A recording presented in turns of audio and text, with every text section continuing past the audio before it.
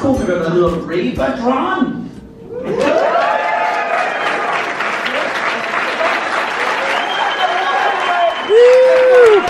Yeah. Thanks for having me, man. Thanks for coming, man. Thanks for coming. Ray is a very, very funny Australian comic. You've written and starred in your own show on the Comedy Central in Australia. You've done one of the top podcasts. You're an award-winning comedian, done several shows at the Melbourne Comedy Festival. Too kind. And nice. now he's here. Oh man, this is one of the funnest things I've done. You know? It is. This is one of the best experiences I've had. This is cool. Yeah, we were doing the Work in Progress tour at the Comedy Zoo here in Copenhagen last night. We were talking after the show because Ray crushed the show.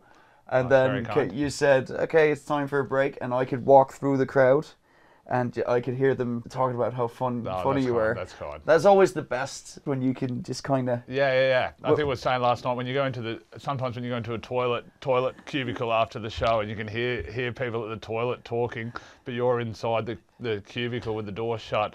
And you can just hear them honestly critiquing the whole show, and you're like, oh. You can hear, they're moving closer to my spot. First one was good, second one was bad.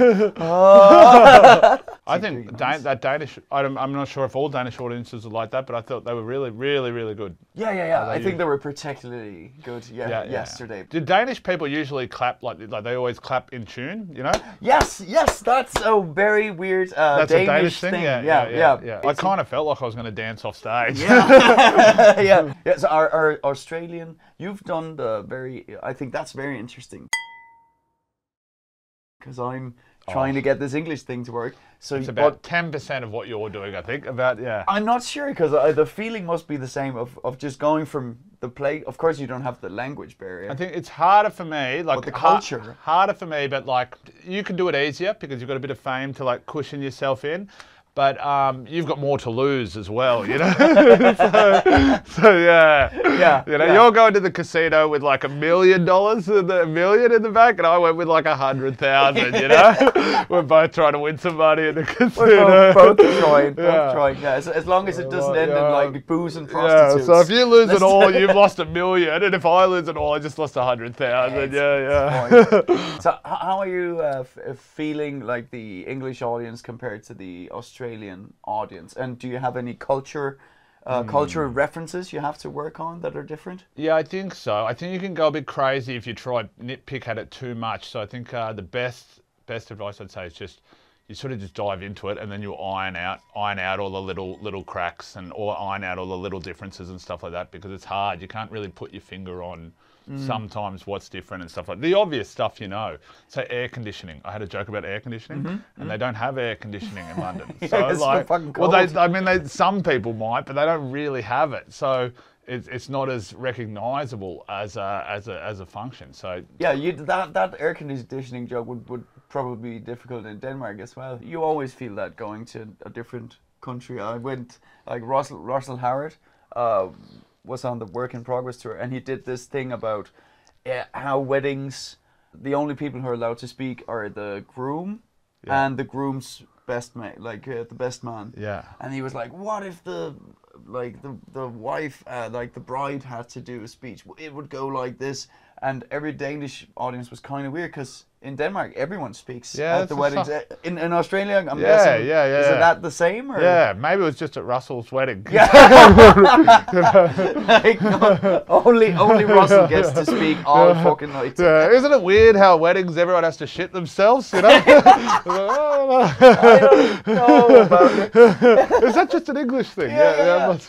There's other things, like you had a joke last night, a new joke that you tried that went really well, about, you know, the Danish couples. The couples dinners, Yeah, it's an interesting phenomenon that happens in Denmark where you were telling me about couple. You don't really go out for dinner, but you have friends over, and it's a bit of a pain because you have to fucking talk to them all night. You're like, when are they going to leave? And I was like, that. But when you tell the audience, and I saw it last night, they're laughing really loud because they relate to it, and because of the nostalgia of being in that situation themselves, you know. And when you go to England, I think you have to change it to explain that to audiences. You know? The premise. Yeah, so you won't be getting laughs from, oh, I understand that. You'll be getting laughs from more like, what the fuck? Why the fuck do you do that for? You know, like. I think it's new relationships. It's not new people. We love hanging out and we're nice to people when we meet them. But just like the few people we actually have over for dinner are just the same two dudes we've known always. Well, I feel very, very special, and thanks for having me. No problem. Yeah, I've been cleaning all day, and Katrina was like, "Oh, we're having fucking company. Oh, we gotta make this place look like we're human beings." Yeah, but he's hilarious, and his name is Ray Badran. So I was telling Katrina, you know who's coming to the show in Copenhagen? Ray Badran. And she was like, what? And I said, yeah, Ray. Oh, she thought I said Ray Badran. Ray Badran, like the scariest transformer of all time. Ray Badran, like Bill Cosby's car. I think we should let's just jump right into some gaming. Yeah, for sure, man. We're gonna play some FIFA. Yes, please. Yeah. Good old FIFA. Are you a football fan?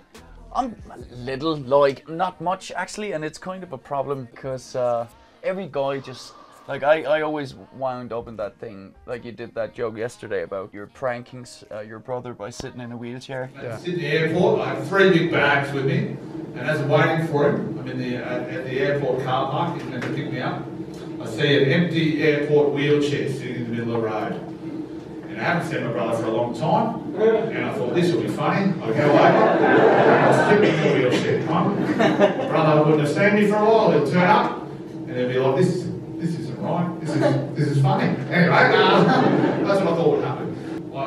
Just looking at the entrance going, he's going to come soon, he's going to come soon, and because I'm just so fixated on the entrance, I didn't see the lady from the airport come up behind me, and she goes, oh, sorry sir, I just need to move your wheelchair off the road. And she starts pushing the wheelchair. And I hesitate to say anything. It's too late now, I'm moving now. I didn't say something straight away, and then I'm off now. And she pushes me off the road, up onto the footpath, all the way around into a waiting bay with a whole group of people. And I'm thinking, oh yeah, this is gonna be hilarious now. That situation I often get in that, but with football, right, where like 4 guys just starting talking about soccer, and I don't, because I can't just go, I don't know what we're talking about, so I just have to kind of wait. What's the biggest sport outside of football in Denmark? We have something called handball in Denmark, yeah. and we're the world's best because no one else really cares about handball. Let's just pop down here. There we go. Oh, great! And everything should. You can have a bit of a. You can have a bit of a. Okay, I can have a bit of a. Okay, let me see. And there. Do you remember the buttons or not? Yeah, it's. Oh, yeah. As you can tell from me falling over. Okay. Okay. Well, the first match I'm probably going to be really bad, and then I'll start betting money. And okay. Then, yeah. What's some games that revolutionized or changed you, or was your sort of part of your childhood? Well, part of my childhood was like strategic games like StarCraft. I did play the game called Populous at the beginning, and I played a lot of Worms. Actually, you know the Worms games, because I like played solo games. So I played Worms so much, and I'd create these how to complete the Worms levels in as few moves as possible. Oh, you put the guide. Yeah, and then I'd put them online. Aren't you a nice person? Well, let's get serious. I mean, I'm not great at this game. I just want to reiterate that myself. Oh, that's what we. I'm just doing. Oh no. Oh. Horrible shot. It's off. I did a joke actually where I was talking about how FIFA is the only game that kind of is like abusive to you if you're bad. It's like, oh, disappointing, and you're like, give me a break, man. Yeah, he should be ashamed of himself. And then I did that about my neighbours listening in and thinking I was talking like it was about having sex. Yeah, so it's like, what a miss. What about GoldenEye, Mario Kart, stuff like that? Yeah. I played actually a lot of driving games. Yeah. I had like a wheel and I had one of them, pedals. They never really worked that well back then, but I had them. Oh! I was trying for the flash Is to there any finish. other fixture, Alan? Oh, you're pushing me! Well, it's got a magical. Ah, keep ring to going! it. Sometimes You these got this! contests of No, descent you haven't got it! Oh no! You got it! But sometimes you just Oh. treat it to. Oh! That's just classic Barcelona. Jordi Just Alba. 3 players falling all over each other. You see that all the time. Well, then it Completely goes. checked. Woo! No time for talk. No! Not again! Oh! And we Oh! That would have been so Oh my gosh! sick. That would have been so For sick. 2 people that can't play, we've almost scored 2 of the best goals. Of all time. Oh. Well, this is decent. This isn't like horrible gameplay. It's not. It's an El Clasico. For people watching, we're probably the best gamers in the world. Yeah. So we attempted to go for the world record in Mario Kart. We thought we'd try do it on the first course, Luigi's Raceway. I don't know if you remember on Nintendo on Nintendo 64. Oh my god. But you couldn't even get close. We couldn't even, you have to do, so I don't know if you remember Mario Kart, or I don't know if I'm being too technical by saying this, but you had to drive with like a new technique called snaking, where you had to like slide across instead of driving around. Yeah. And there was just no room for error. Oh wow. It was, I love speed running. That's basically speed running is what you're doing, right? So you said you went for the world records. Do you have any idea like what precision you came in? I think we were after months and months of trying, we couldn't even get like 5 seconds. Within 5 seconds of it, yeah. It was, you just. Oh no! Oh! I should have just waited a second. Got too excited. Oh, within 5 seconds. Oh, foul. No. This is intense. Yeah, this is close game. I'm actually quite surprised at the level of our gaming here. I have a little idea here, Ray. If you're up for it. Yes, I am. I was thinking, because I've kind of made fun of your accent these days. You have, yeah. You've got a whole bit in your routine about you've got a weird accent. I'm like, he thinks he's got a weird accent, and then he's making fun of my accent. Like, it's all with love. It's all with love. Last night when I went on stage and I was like, hi, and they were laughing so much, I was like, oh man, when I can do my material, I know it's going to be less laughs than just saying hello, you know? So tonight I'm just going to say hello for about 5 minutes, I think, like hello. Hello, hi, just really step up the Aussie accent. I predicted about a year or 2 I'll be fully ununderstand. I'll be unrecognisable, you know? Yeah, even Australians. Your next act, Simon! Speaking of those that are making fun of each other's accents, let's go. I think it's time for you to really hear how weird Danish can get. I'd love to hear it. So I'm thinking, I've written down some Danish slang, like some Danish sayings, and I'm hoping you can guess what they mean. Pisse i bukserne for at holde sig varm is to piss in your pants to stay warm. You've got to do something that you don't like doing in order for the betterment or something like that. Close. Actually, it's kind of the opposite. It's like a short-term solution. So if you're doing something like, I feel like shit, I'm gonna get drunk, you're pissing in your pants to stay warm. It's a very Danish thing, because we're cold constantly in Denmark. So it's we're always struggling to keep warm. But then what did I say? I said. You said you're doing something like you have to do something bad to.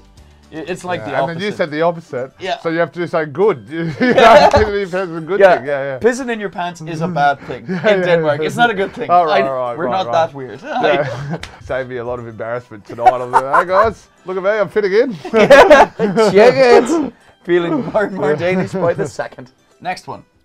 Den sidste idiot er ikke født endnu.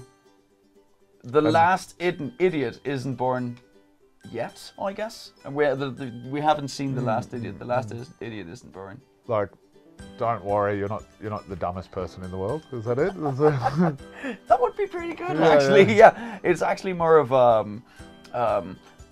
it's like if you're hustling someone, or someone does something stupid. That's just it's maybe it's more condescending than don't worry. I think Danish people are more, we like to keep you down. Do you know let jente alone?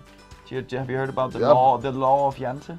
No. It's basically a spelling out like the laws of the Danish mentality, which is like thou shalt not think you are better than us, and don't try to show off, and don't think you're smarter than us. So it's kind of it kind of encapsulates the Danish, like the worst of the Danish mentality, where we're like, don't think you're better than us. We're like the opposite of Americans.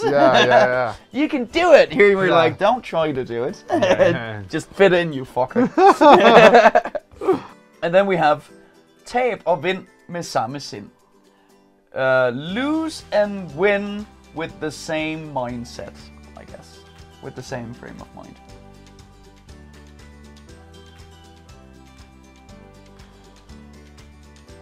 That makes no sense to me. Lose or win with the same frame of mind. Just means with you're the shit, same like, mind. You're shit no matter what? Is that what it means? That's like actually a pretty... It means no matter what you try, you're shit? Like, is that it? Like, yeah, I think actually that's... It actually, again, that almost leads back to the law of Yanda again. Because it kind of means if you win or you lose, it shouldn't affect your mood.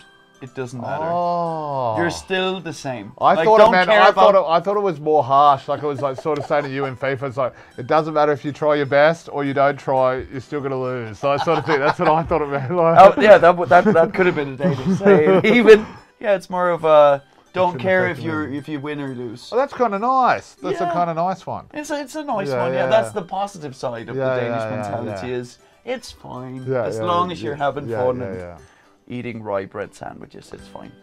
En fugl I hånden er bedre end 10 på taget. A bird in the hand is better than 10 on the roof. Yeah, well, we've got a similar one, but you've upped it by a lot of birds. So it's the one that we say it's a bird in the hand is worth 2 in the bush. Oh yeah, well the bush is very... But you've got like... You've added an extra 8 birds, and they're on like a roof as well. So like, so it's like, of course, 1 bird is better than 10. That's obvious. Yeah. Like, you know. Yeah. So how would I would actually dispute that. I'd say like maybe the 10 on the roof's better. Like, you know, because you have a chance of like 10. Yeah. You have a chance of 10. You can have 6 or 7. You know. Yes. I think what you're doing, you've got a bird in the hand here, and then you're going to London where there's 10 on the roof, you know? So you're giving away your bird in the hand here to go to, you know? Yeah, I'm actually that's the opposite of the Danish saying. Yeah. But again, it leads back to the just be happy with what you have. Yeah, that's nice. Everything's going to be good, you know? And you've taken it to an extreme. Like I said, like the one in Australia is, I don't know if it's just Australian or if that's English and American as well, but a bird in the hand is worth 2 in the bush. It's like, it's only a little difference, you know. That's a big difference. So it's like very humbling, you know. Like Oh, nice. I like it. And the last one, samle appetit ud, men spis hjemme, which is gather your appetite out when you're out, but eat at home. Remember to eat at home. I don't want to really verbalise my guess here, but is this to do with sex? No, okay, no. I didn't mean that. I'm just leaving you hanging. I didn't mean that. No, is that your guess? So what's your guess? Well, my guess was it meant like you can look outside but have sex with your wife. Exactly! It is! Exactly! Oh, you got it right! Yes! You got it! Yes. Danish people are fucking crazy. Oh, so good. Those are saying. Oh, man, I felt crazy for guessing that. I was like, oh, don't tell me, please tell me I'm not perverted for guessing this. Yeah. And your fiancé is probably going to watch your girlfriend's probably going to watch this. And you're like, 6 years in, she learns this in a fucking YouTube video from Denmark. I sent her a message. I actually sent her a message today because I've got her bank card because mine was broke. Her second. I said, can you transfer me some extra money? I can't check how much is in this account. I've got to go grab some food. So she's gonna be like, are you eating out at Denmark, or are you just getting your appetite up? All right. Well, I hope I haven't ruined your relationship. I'd love to play another game, but we have to get to the club because we have another show tonight. Yes. So we're going to the club and we're going to write some more jokes. Yep. And you're probably going to crush it once more. Man, thank you for having me. It's been a pleasure, man. Let's do the last show. And can't wait. We'll hang out in Edinburgh, and when I'm coming back to London, we'll do more shows. Yes, please, man. Okay. Yes, please. Ray Badran, everyone. Thank you. Woohoo! Thanks, brother. Thanks, man.